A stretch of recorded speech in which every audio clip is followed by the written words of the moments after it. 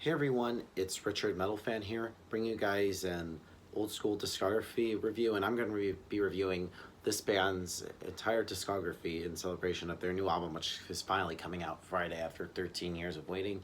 And as you can see below the title, we're going to be tackling their main studio albums, and starting it off is, of course, we're talking about the band Tool, and more importantly, we're going to start off with their debut album, which came out on April 6th, 1993, Undertow. Now, Tool definitely doesn't need an introduction if you're familiar with just like rock, like alternative metal, progressives stuff. Hailing all the way from Los Angeles, California, these guys have been around since 1990, and I've actually dig some of Tool's stuff. I remember before this album came out in like 91, 92, they released like a demo album called 7-2. I can never remember that, and some of those, I believe some of those songs that were on that were actually re-recorded for Undertow, and then they released the year before they released their album Opiate, which I think around that time they, of course, had gotten signed, and here we are in 1993 with the release of their debut album, Undertow. In my honest opinion, I think this is a solid album. I mean, there's some good songs, like the songs itself are pretty good. Some of the gripes I have are, I feel like some of these songs can drags out a little bit too long. Um, I feel and some of the lyrics are kind of weird and dumb.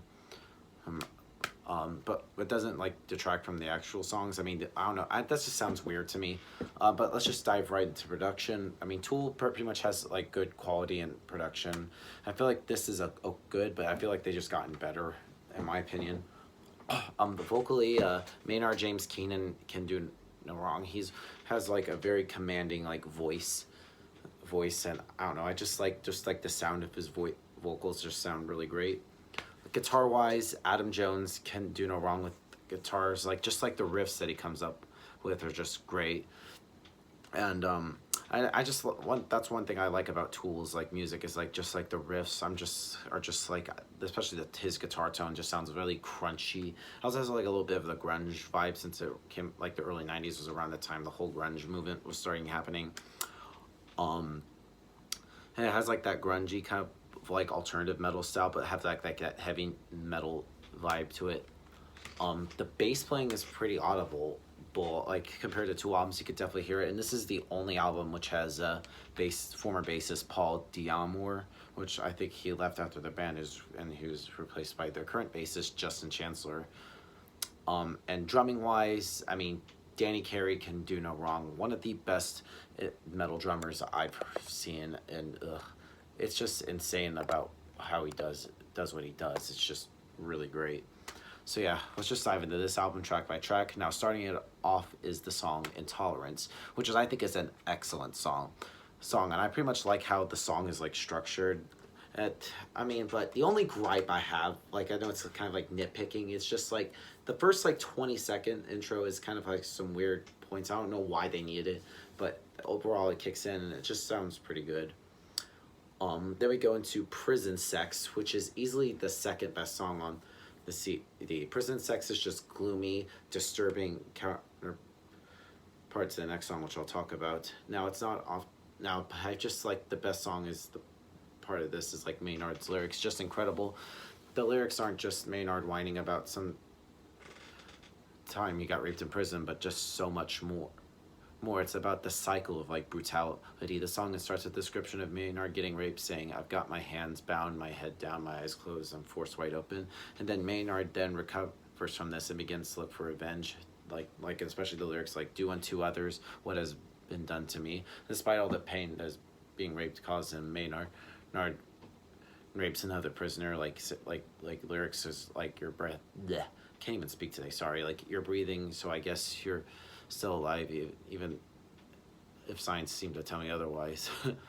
Like, not only is it like describing like Maynard reading something, but he's saying like he enjoys their pain, which is a really disturbing lyrically. Like, but I think musically it just sounds kind of like upbeat. Like the riffs are just seem upbeat, and like the opening lick from Adam is enjoyable and catchy. It's a great song, one of Tool's finest. And then we get into the next song on here, which is Sober, which pretty much one of Tool's most well-known songs. songs, and this song is one of the singles from the album, and musically the song is great. The bass is probably the best part about the song, and Paul like delivers like a really good bass line for the song, and easily his best on the CD. It's like the driving force of the song, and is memorable and very catchy, and the chorus of the song is also great. It's insanely catchy with great riffing from Adam and angry yelling from Maynard, and Maynard's lyrics on the song is really great with poetic lines such as "There is a shadow just behind me, shouting every step I take, making every promise empty, pointing every finger at me. Me walked waiting like a stalking butler who upon the finger rests." And Maynard's metaphors are perfect, and there's not too hard to decipher nor too easy. A great song, one of Tool's best. The next song on the album is called Bottom Them, and this actually has a guest appearance from the great Henry Rollins, and this is actually one of the longest songs on here, which clocks in at like 7 minutes and 13 seconds. I mean, I like the intro riff, and I really like the sound of the guitar. It's just very crunchy and heavy. But the only problem I have with this song, I feel like it just goes on too long. It's just, especially longer songs, it's huge for any band to take. I mean, the song itself is good. And that's one of the little gripes about here, is like some of these songs can drag on too long. I mean, unless you're a fan of longer songs, then I think you'll like this. Anyway, moving on to Crawl Away, which is actually, I believe, a re-recording from their first demo album, which has a better quality than the EP. I like the guitar crunch of the guitars, and I really like the structure of the song. Swamp Song, which I think this is one of the worst songs that they've done. And I feel like this song is just lazy. Lyrically, vocally, and instrumentally, it's very repetitive, and there's some really annoying guitar parts, such as like the section around 1:48, and the guitar riffs are like recycled a bit. And I feel like the lyrics are kind of lame, with lines such as "I hope it sucks, you fucker," which is a terrible song. Moving on to the title track, Undertow, which is, I really like the intro riff and just like the structure overall, and the singing on this is pretty good. I feel like it makes up for Swamp Song. Moving on to 4 Degrees, which is by far the most laid-back track to be found here, and yet if the track was any faster, then the impact it would make lyrically would be lessened. And then honestly, yeah, I would consider this kind of like a filler track. I mean, it's not like amazing, but it's not awful. It's just all right.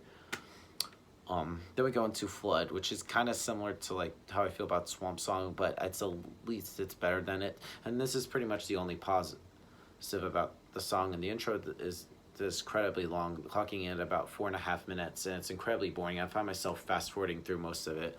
While this song isn't absolutely terrible, it doesn't do much to distinguish itself from any other songs on this album. One thing to say about this song is like, I love how Danny Carey just uses like the double bass in sections throughout the song, and overall I feel like this song is like a bit boring to terrible. But you want to go with terrible songs? Let's talk about the last track, Disgustipated.